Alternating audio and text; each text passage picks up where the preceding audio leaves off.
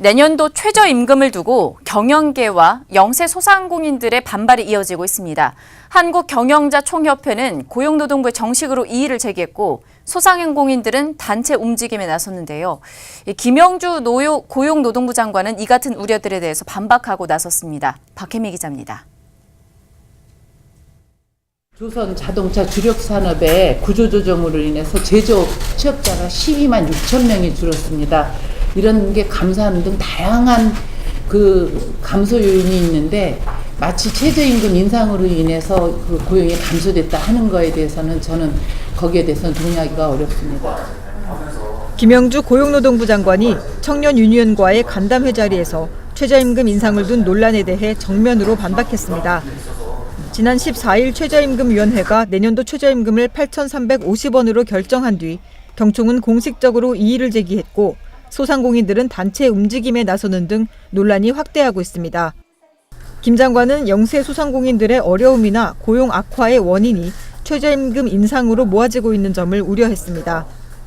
특히 골목 상권의 소득을 줄이고 최저임금 인상을 어렵게 만드는 주된 요인은 일부 가맹본사의 수수료와 부당이득, 상가 임대료 등이라고 강조했습니다.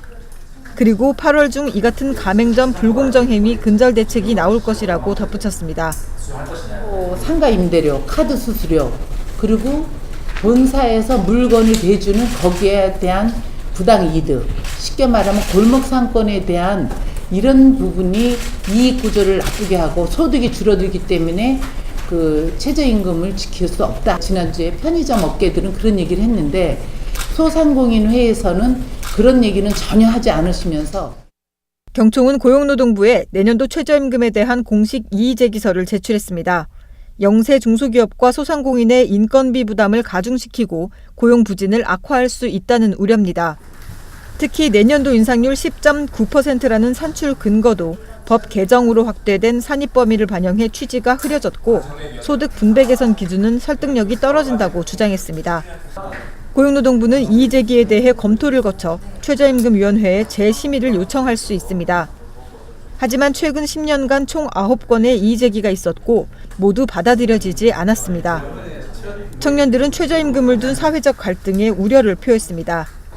최저임금에 대한 합리적 토론과 비판이 아닌 실체 없는 불안을 확산시키는 현실의 청년 유니온은 굉장한 유감을 표명합니다. 최저임금 인상에 따른 부작용이 발생된다면 이를 보완할 수 있는 정책들이 결합되어야 할 문제이지 최저임금 인상을 억제하는 방식으로 불평등의 문제를 해결해 나갈 수 없습니다.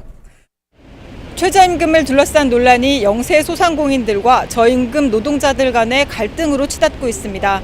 정부의 적극적인 중재 노력이 시급해 보입니다. 아시아경제TV 박희민입니다.